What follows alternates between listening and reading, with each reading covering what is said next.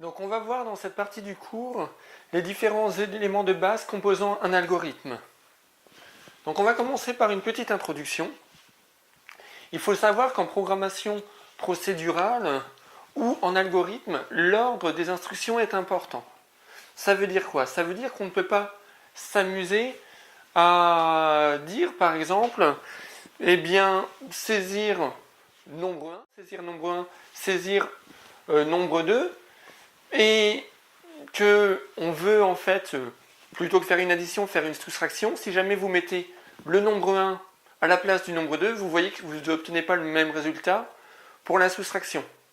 Donc l'ordre de la saisie des informations et l'ordre des instructions est important, puisque chacune des instructions vont s'exécuter les unes à la suite des autres.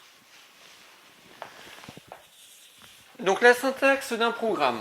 Donc on va passer maintenant à la syntaxe d'un programme. Donc on l'a vu tout à l'heure, première chose, on va marquer le titre du programme. Ça c'est le premier élément. Ensuite, on va faire la déclaration des variables.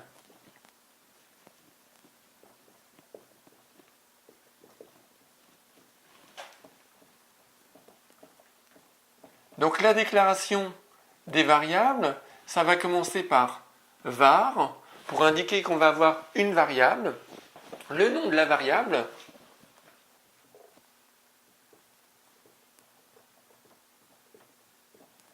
deux points, le type de la variable. Donc le type, ça peut être un réel, comme tout à l'heure, ça peut être un entier, ça peut être une chaîne de caractères, ça peut être un caractère ou un booléen. En fait, en termes de type, on va pouvoir trouver les différents types que je viens de vous citer. On va pouvoir même trouver un type date, un type datetime ou un type time. Ensuite, on trouve le début pour annoncer le début du programme et la fin pour annoncer la fin du programme. Et ici, on va voir la liste des instructions.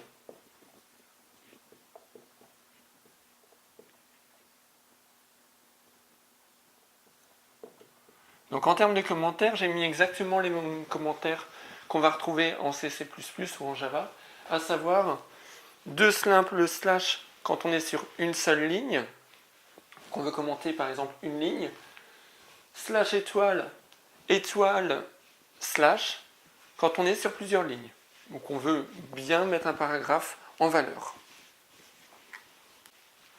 On va repartir sur un exemple qui va nous permettre de connaître l'âge d'une personne. Donc si on fait dans nos étapes de réflexion pour l'âge d'une personne, on va avoir besoin comme information pour l'âge d'une personne, et bien tout simplement le nom de la personne. Là je vais demander d'afficher son âge, son nom et son prénom. Donc je vais avoir quoi comme information en termes de variables? Donc déjà, je vais nommer mon programme. Prog âge. Ensuite, donc, hop, là je peux marquer nom du programme. C'est un commentaire sur une ligne. Vous voyez? Ensuite, je vais déclarer mes variables.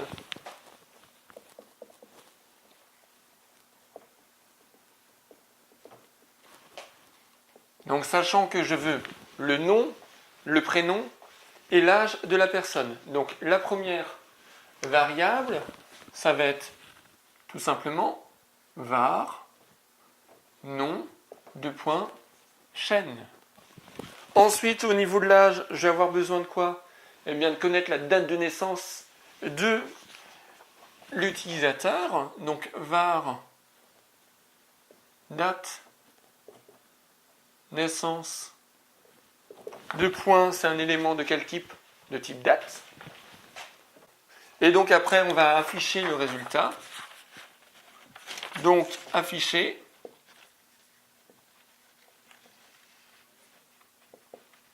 Bonjour, ça tombe bien. Je connais son nom et prénom à la personne, donc je vais pouvoir mettre virgule, prénom. Je connais son nom aussi, donc virgule, nom. Et on va pouvoir lui indiquer son âge. Vous avez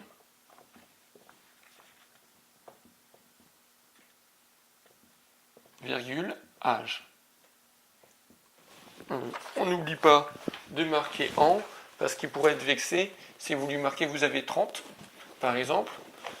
Ça pourrait le vexer un petit peu. Donc, virgule, en.